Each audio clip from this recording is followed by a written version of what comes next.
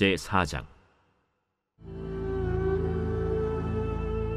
사로잡혔던 자들의 자손이 이스라엘의 하나님 여호와의 성전을 건축한다 함을 유다와 베냐민의 대적이 듣고 스룹바벨과 족장들에게 나와 이르되, 우리도 너희와 함께 건축하게 하라. 우리도 너희같이 너희 하나님을 찾노라. 아스루 왕 에사라돈이 우리를 이리로 오게 한 날부터 우리가 하나님께 제사를 드리노라. 스룹바벨과 예수아와 기타 이스라엘 족장들이 이르되, 우리 하나님의 성전을 건축하는데 너희는 우리와 상관이 없느니라. 바사왕 고레스가 우리에게 명령하신 대로 우리가 이스라엘의 하나님 여호와를 위하여 홀로 건축하리라. 이로부터 그 땅 백성이 유다 백성의 손을 약하게 하여 그 건축을 방해하되, 바사왕 고레스의 시대부터 바사왕 다리오가 즉위할 때까지 관리들에게 뇌물을 주어 그 계획을 막았으며, 또 아하수에로가 즉위할 때 그들이 글을 올려 유다와 예루살렘 주민을 고발하니라. 아닥사스다 때에 비슬람과 미르드닷과 다브엘과 그의 동료들이 바사왕 아닥사스다에게 글을 올렸으니 그 글은 아람 문자와 아람 방언으로 써서 진술하였더라. 방백 르훔과 서기관 심세가 아닥사스다 왕에게 올려 예루살렘 백성을 고발한 그 글에, 방백 르훔과 서기관 심세와 그의 동료 디나 사람과 아바사 사람과 다블렛 사람과 아바셋 사람과 아렉 사람과 바벨론 사람과 수산 사람과 대해 사람과 엘람 사람과 그 밖의 백성 곧 존귀한 오스나발이 사마리아 성과 유브라데 강 건너편 다른 땅에 옮겨둔 자들과 함께 고발한다. 아닥사스다 왕에게 올린 그 글의 초본은 이러하니, 강 건너편에 있는 신하들은 왕에게 아뢰나이다. 당신에게서 우리에게로 올라온 유다 사람들이 예루살렘에 이르러 이 패역하고 악한 성읍을 건축하는데 이미 그 기초를 수축하고 성곽을 건축하오니 이제 왕은 아시옵소서. 만일 이 성읍을 건축하고 그 성곽을 완공하면 저 무리가 다시는 조공과 관세와 통행세를 바치지 아니하리니 결국 왕들에게 손해가 되리이다. 우리가 이제 왕궁의 소금을 먹음으로 왕이 수치당함을 참아 보지 못하여 사람을 보내어 왕에게 아뢰오니, 왕은 조상들의 사기를 살펴보시면 그 사기에서 이 성읍은 패역한 성읍이라.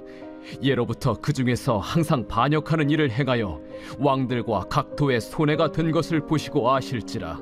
이 성읍이 무너짐도 이 때문이니이다. 이제 감히 왕에게 아뢰오니 이 성읍이 중건되어 성곽이 준공되면 이로 말미암아 왕의 강 건너편 영지가 없어지리이다. 왕이 방백 르훔과 서기관 심세와 사마리아에 거주하는 그들 동관들과 강 건너편 다른 땅 백성에게 조서를 내리니 일렀으되, 너희는 평안할지어다. 너희가 올린 글을 내 앞에서 낭독시키고 명령하여 살펴보니 과연 이 성읍이 예로부터 왕들을 거역하며 그 중에서 항상 패역하고 반역하는 일을 행하였으며, 옛적에는 예루살렘을 다스리는 큰 군왕들이 있어서 강 건너편 모든 땅이 그들에게 조공과 관세와 통행세를 다 바쳤도다.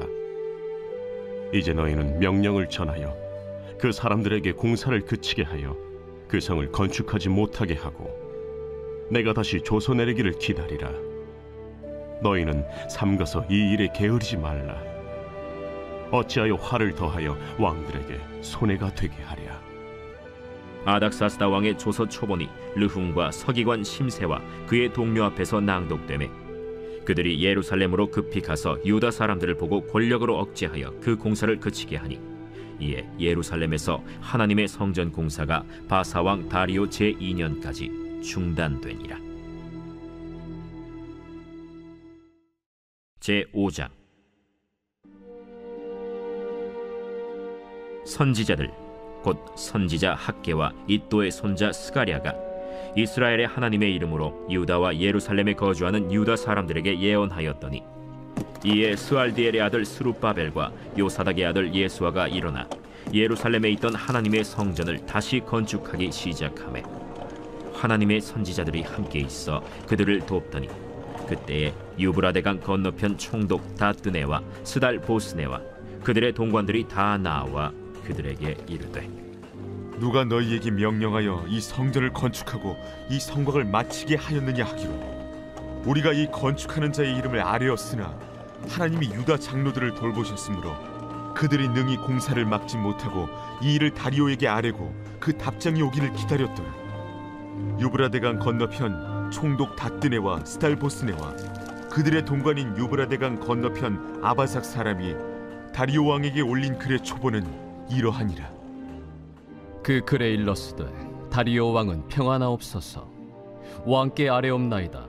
우리가 유다도에 가서 지극히 크신 하나님의 성전에 나아가 본즉 성전을 큰 돌로 세우며 벽에 나무를 얹고 부지런히 일함으로 공사가 그 손에서 형통하옵기에 우리가 그 장로들에게 물어보기를 누가 너희에게 명령하여 이 성전을 건축하고 이 성곽을 마치라고 하였느냐 하고 우리가 또 그 우두머리들의 이름을 적어 왕에게 아뢰고자 하여 그들의 이름을 물은즉 그들이 우리에게 대답하여 이르기를 우리는 천지의 하나님의 종이라. 예전에 건축되었던 성전을 우리가 다시 건축하노라. 이는 본래 이스라엘의 큰 왕이 건축하여 완공한 것이었으나 우리 조상들이 하늘에 계신 하나님을 노엽게 하였으므로 하나님이 그들을 갈대아 사람 바벨론 왕 느부갓네살의 손에 넘기심에 그가 이 성전을 헐며 이 백성을 사로잡아 바벨론으로 옮겼더니 바벨론 왕 고레스 원년에 고레스 왕이 조서를 내려 하나님의 이 성전을 다시 건축하게 하고 또 느부갓네살이 예루살렘 하나님의 성전 안에서 금, 은 그릇을 옮겨다가 바벨론 신당에 두었던 것을 고레스 왕이 그 신당에서 꺼내어 그가 세운 총독 세스바살이라고 부르는 자에게 내주고 일러 말하되 너는 이 그릇들을 가지고 가서 예루살렘 성전에 두고 하나님의 전을 제자리에 건축하라.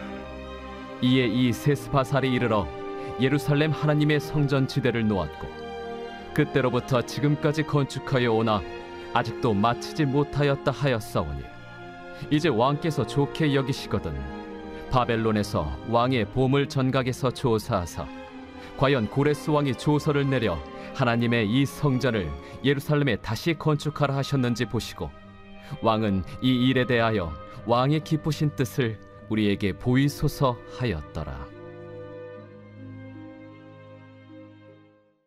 제6장. 이에 다리오 왕이 조서를 내려 문서 창고 곧 바벨론의 보물을 쌓아둔 보물 전각에서 조사하게 하여 메데도 앙메다 궁성에서 한 두루마리를 찾았으니 거기에 기록하였으되 고레스 왕 원년에 조서를 내려 이르기를 예루살렘에 있는 하나님의 성전에 대하여 이르노니 이 성전 곧 제사 드리는 처소를 건축하되 지대를 견고히 쌓고 그 성전의 높이는 60규빗으로 너비도 60규빗으로 하고 큰 돌 3켜에 새나무 1켜를 놓으라. 그 경비는 다 왕실에서 내리라. 또 느부갓네살이 예루살렘 성전에서 탈취하여 바벨론으로 옮겼던 하나님의 성전 금은 그릇들을 돌려보내어 예루살렘 성전에 가져다가 하나님의 성전 안 각기 제자리에 둘지니라. 이제 유브라데강 건너편 총독 다뜨네와 스달보스네와 너희 동관 유브라데강 건너편 아바삭 사람들은 그곳을 멀리하여 하나님의 성전 공사를 막지 말고 유다 총독과 장로들이 하나님의 이 성전을 제자리에 건축하게 하라. 내가 또 조서를 내려서 하나님의 이 성전을 건축함에 대하여 너희가 유다 사람의 장로들에게 행할 것을 알리노니 왕의 재산 곧 유브라데강 건너편에서 거둔 세금 중에서 그 경비를 이 사람들에게 끊임없이 주어 그들로 멈추지 않게 하라. 또 그들이 필요로 하는 것 곧 하늘의 하나님께 드릴 번제의 수송아지와 순양과 어린 양과 또 밀과 소금과 포도주와 기름을 예루살렘 제사장의 요구대로 어김없이 날마다 주어 그들이 하늘의 하나님께 향기로운 제물을 드려 왕과 왕자들의 생명을 위하여 기도하게 하라. 내가 또 명령을 내리노니 누구를 막론하고 이 명령을 변조하면 그의 집에서 들보를 빼내고 그를 그 위에 메어달게 하고 그의 집은 이로 말미암아 거름더미가 되게 하라. 만일 왕들이나 백성이 이 명령을 변조하고 손을 들어 예루살렘 하나님의 성전을 헐진대 그곳에 이름을 두신 하나님이 그들을 멸하시기를 원하노라. 나 다리오가 조서를 내렸노니 신속히 행할지어다. 다리오 왕의 조서가 내림에 유브라데 강 건너편 총독 다뜨네와 스달보스네와 그들의 동관들이 신속히 준행하니라. 유다 사람의 장로들이 선지자 학계와 이또의 손자 스가랴의 권면을 따랐으므로 성전 건축하는 일이 형통한지라. 이스라엘 하나님의 명령과 바사왕 고레스와 다리오와 아닥사스다의 조서를 따라 성전을 건축하며 일을 끝내되 다리오 왕 제6년 아달월 3일에 성전 일을 끝내니라.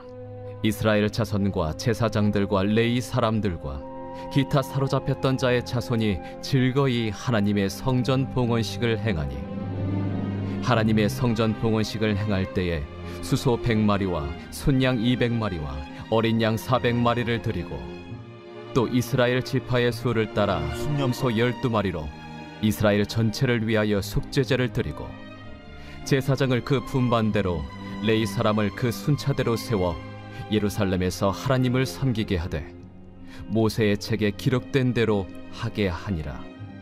사로잡혔던 자의 자손이 첫째 달 14일에 유월절을 지키되 제사장들과 레위 사람들이 일제히 몸을 정결하게 하여 다 정결함에 사로잡혔던 자들의 모든 자손과 자기 형제 제사장들과 자기를 위하여 유월절 양을 잡으니 사로잡혔다가 돌아온 이스라엘 자손과 자기 땅에 사는 이방 사람의 더러운 것으로부터 스스로를 구별한 모든 이스라엘 사람들에게 속하여 이스라엘의 하나님 여호와를 찾는 자들이 다 먹고 즐거움으로 이레 동안 무교절을 지켰으니 이는 여호와께서 그들을 즐겁게 하시고 또 아수르 왕의 마음을 그들에게로 돌려 이스라엘의 하나님이신 하나님의 성전 건축하는 손을 힘있게 하도록 하셨음이었더라.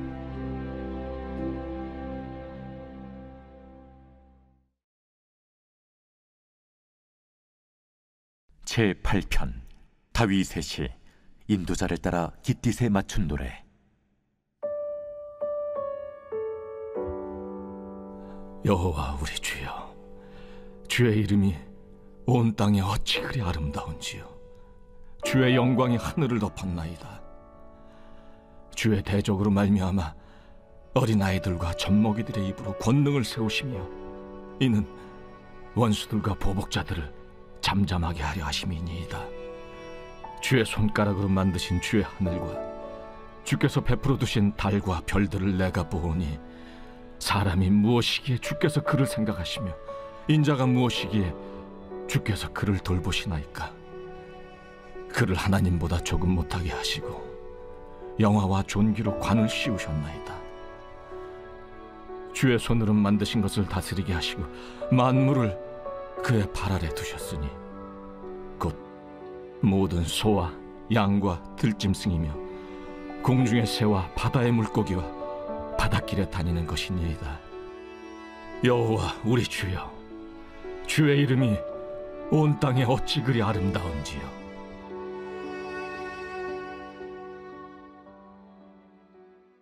오늘 우리가 은혜 받을 하나님 말씀은 에스라 6장 1절로 4절까지 말씀입니다.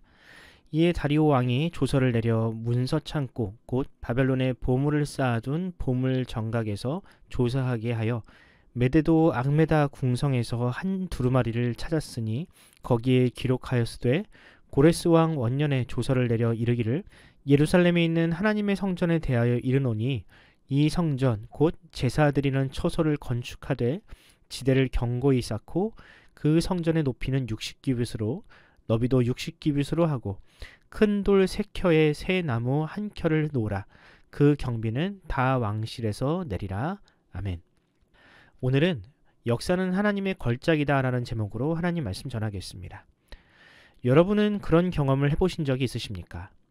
뜻하는 대로 일이 풀리지 않아서 좌절하고 낙심했지만 오히려 그 불행으로 인하여 나중에는 더 큰 행복을 만나는 그런 전화위복을 경험해 보셨나요? 저 역시 그런 일을 여러 번 경험했습니다. 특히 우리 교회에 와서 그런 경험을 했었죠.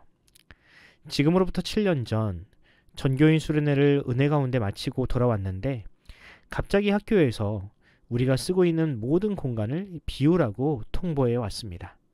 그것도 아주 짧은 기간을 주고 그 기간 안에 모든 집기를 빼라고 한 것입니다.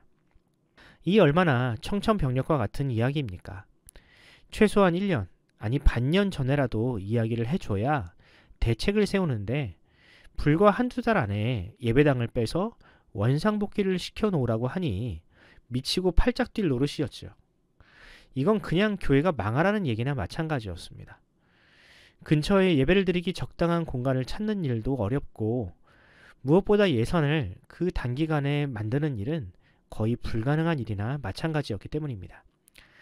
그런데 그 불가능한 일이 이루어졌습니다. 불과 한두 달 안에 근처에 가장 적당한 공간을 찾고 건물을 매입하고 예배 공간으로 리모델링하는 일까지 마무리 지었습니다. 그리고 그 공간은 코로나 기간 동안 예배와 친교의 공간으로 사용되었습니다. 만약 그때 학교가 우리를 쫓아내지 않았다면 그런 공간을 구할 수도 없었을 것이고, 만약 그랬다면 교회는 코로나 기간 동안 존립의 위기를 겪었을 것입니다. 저는 이런 일련의 과정을 지켜보면서 하나님이 일하시는 방법을 다시 한번 깨닫게 되었습니다. 우리는 미래를 알지 못하니 지금 당장 일어나는 일이 어떤 의미가 있는지를 알지 못하기에 원망할 수 있습니다. 하지만 우리 주님은 모든 시간을 한눈에 보시기 때문에 우리에게 가장 좋은 것을 주실 수 있죠. 오늘 본문을 보면 마치 그렇게 역사를 하나의 연극 무대처럼 사용하시는 하나님의 섭리를 발견하게 됩니다. 오늘 본문을 통해 역사 그 너머에서 일하시는 하나님의 일하심을 살펴보도록 하겠습니다. 페르시아 왕 고레스가 집권한 이후 자유의 몸이 된 이스라엘 백성들은 첫 번째 과업으로 유대 땅에 성벽과 성전 공사를 시작했습니다. 그런데 당시 유다 지역과 접경 지역이었던 사마리아의 총독 다뜨네와 스달보스네는 이 성벽과 성전이 자신들의 땅 주변에 세워지는 것을 마땅치 않게 여겼습니다. 본래 유대 땅은 자신들의 관할이나 마찬가지였는데 성벽을 지으면 유다 민족의 자치권이 강화되어 그 땅에 영향력을 행사하기 힘들기 때문입니다. 무엇보다 성전이 지어져 여호와 신앙이 회복되면 여호와 신앙과 우상을 겸하여 섬기던 사마리아 사람들이 성전 중심으로 신앙생활을 하게 되면서 자신들의 종교적 기득권이 무너질 수 있었기 때문입니다. 그래서 사마리아 사람들 입장에서는 어떻게든 성벽과 성전이 지어지는 것을 방해해야만 했던 것이죠. 사마리아 사람들의 방해는 물리적 또 법적으로 이루어졌습니다. 그들은 수시로 군사적 위협을 가하여 유대인들의 의지를 약화시켰고 페르시아 본국에 거짓으로 상소하여 이 공사가 매우 불법적이며 일종의 반란과 다름없다고 이간질을 시켰습니다. 당시 페르시아 왕은 아하수에로였는데 왕은 이 상소를 보고 유대인들의 성전 공사를 무기한 정지시키는 명령을 내리게 됩니다. 아마 왕으로서도 그런 상소가 올라오면 일단은 중단을 시킬 수밖에 없었겠죠. 자신의 아버지가 한 일을 다 할 수도 없고 아하수에게 중요한 것은 성전을 짓는 일이 아니라 국가를 안정적으로 유지하는 것이니까요. 혹시라도 있을 수 있는 반란의 불씨를 그냥 내버려 둔다는 것은 왕으로서 있을 수 없는 일이었습니다. 그렇게 성전 공사는 무려 16년이나 중단된 채로 사람들의 기억에서 잊혀졌습니다. 처음에는 이 일을 안타깝게 여기던 유대인들도 이제는 성전 공사보다는 자신의 안위를 먼저 찾기 시작했고 결국 하나님보다는 왕이라는 존재가 더 강하다는 좌절감이 팽배해졌습니다. 이때 하나님은 학개와 스가랴 선지자를 보내어 그들로 하여금 다시 삽을 들고 성전 공사에 매진하게 하십니다. 비록 아직 왕의 명령이 살아있는 상태이지만 이것에 굴하지 않고 해야 할 일을 하라고 재촉하게 하셨습니다. 이런 그들의 모습을 보고 다시 사마리아 사람들은 왕에게 상소를 보내게 됩니다. 그런데 이때부터 놀라운 반전이 일어나게 됩니다. 당시 페르시아의 왕이었던 다리오는 상소를 보고 진상조사를 명령하게 됩니다. 그리고 과거 고레스 왕이 내렸던 조서를 발견하게 되죠. 그 조서에 따르면 이 성전 공사는 아무런 문제가 없는, 오히려 고레스 왕의 의지가 담긴 정당한 공사라는 사실을 발견하게 됩니다. 이후로 어떻게 됐습니까? 오히려 그 일을 방해하려던 사마리아 사람들이 세금을 걷어 성전 건축에 필요한 비용을 부담하고 도와주라는 명령이 내려지게 됩니다. 사마리아 사람들 입장에서는 혹을 때려다가 오히려 붙이게 되는 곤란한 상황이 발생한 것입니다. 사랑하는 성도 여러분, 이것이 바로 우리 하나님께서 일하시는 방법입니다. 사람은 사람이 역사를 움직이는 주체라고 생각하지만 그것은 크나큰 착각입니다. 사람의 생각대로 역사가 흘러간 적이 있었습니까? 절대로 무너지지 않을 것이라 생각했던 권력자가 하루아침에 권력을 잃어버리고 절대로 살아남을 수 없을 거라고 생각했던 사람이 역사의 중앙에 서는 일이 어디 한두 번 일어납니까? 성경은 분명히 이야기합니다. 역사는 사람의 손이 아니라 하나님의 섭리로 움직입니다. 잠언의 말씀처럼 사람이 마음으로 자기의 길을 계획할지라도 그 걸음을 인도하시는 분은 오직 하나님 한 분뿐입니다. 사람이 아무리 그 길을 막으려 해도 방해하려 해도 오히려 하나님은 그 방해를 통해 하나님의 역사를 더 견고하게 세워가실 뿐입니다. 이것이 바로 역사가 하나님의 걸작이라 불리는 이유입니다. 예수 그리스도의 십자가 사건이 바로 그 정점에 있습니다. 세상은 예수님을 조롱하고 채찍질하고 십자가에 못 박아 죽였습니다. 사람들 눈에 보기엔 참으로 초라한 죽음이 아닐 수 없습니다. 그 누구도 그 사건으로 말미암아 인류가 구원을 받게 될 줄은 까마득히 몰랐습니다. 그러므로 역사 그 너머에서 일하시는 하나님을 바라보십시오. 지금 당장은 불의가 승리하고 악연이 잘 나가는 것처럼 보이지만 언제나 하나님의 거대한 계획은 순조롭게 이루어져 왔습니다. 하나님이 쓰시는 대본은 한치의 오차도 없이 그대로 이루어졌습니다. 바라기는 하나님께서 쓰시는 그 역사에 저와 여러분이 작은 도구가 되기를 바랍니다. 지금 당장은 낙심할 일이 태산이더라도 장차 모든 일이 마무리된 이후에 그때 그 일도 하나님의 뜻 안에 있었구나 라는 고백을 하는 주님의 도구가 되기를 바랍니다. 그렇게 역사라는 아름다운 걸작에 작은 귀퉁이를 차지하여 그 역사를 빛내는 저와 여러분이 되기를 간절히 소원합니다. 기도하겠습니다. 사랑과 은혜가 충만하신 하나님 아버지, 주님은 오늘도 역사를 통해 말씀하시고 섭리로 이 세상을 다스리시는 역사의 주인이십니다. 사람은 자신의 힘과 의지로 역사를 움직이려 하지만 하나님은 언제나 공평과 지혜로 세상을 지탱하고 계십니다. 비록 지금은 성전 공사가 멈춘 것처럼 일상과 경제가 멈춰버렸지만 여전히 자신의 백성을 살리시는 주님을 믿사오니 우리에게 말씀하시고 믿음의 눈을 떠 하나님의 뜻을 보게 하여 주시옵소서. 유대인들이 학개와 스가랴를 통해 다시 삽을 들었던 것처럼 우리도 말씀으로 깨우쳐 일어나 낙심하지 않고 하나님이 쓰시는 유용한 도구가 되게 하여 주시옵소서. 비록 지금은 아무것도 보이지 않더라도 후에는 모든 것이 하나님의 뜻이었구나라는 간증이 있는 삶을 살게 하여 주시옵소서. 감사드리며 우리 구주 예수님의 이름으로 기도드립니다. 아멘. 사랑하는 성도 여러분, 이 새벽 기도하실 때 주님께 그렇게 기도합시다. 주님, 우리 각자의 삶이 역사라는 하나님의 걸작 속에 작은 퍼즐 조각이 되게 하시고 주께서 십자가를 지시고 세상을 변화시키신 것처럼 세상이 알지 못하는 방법으로 세상을 변화시키는 주님의 도구로 살게 해달라고 기도하시기 바랍니다. 이 나라 이 민족을 주님께서 불쌍히 여기시고 세워진 지도자를 중심으로 하여 하루속히 국정이 안정화되게 하옵소서라고 기도해 주십시오. 담임 목사님과 모든 성도들이 주님 안에서 평안하게 하시며 어려운 시절 버티고 있는 우리 가장과 또 우리 특히 자녀들을 위해서 기도해 주시기 바랍니다. 환우들을 위해 기도하실 때 우동락 성도님과 김창욱 집사님, 차길선 집사님을 위해 기도해 주십시오. 또 이춘장 원사님의 항암 치료와 이준우 어린이의 회복을 위해서 기도하면서 오늘 하루를 시작하도록 하겠습니다. 함께 기도합시다.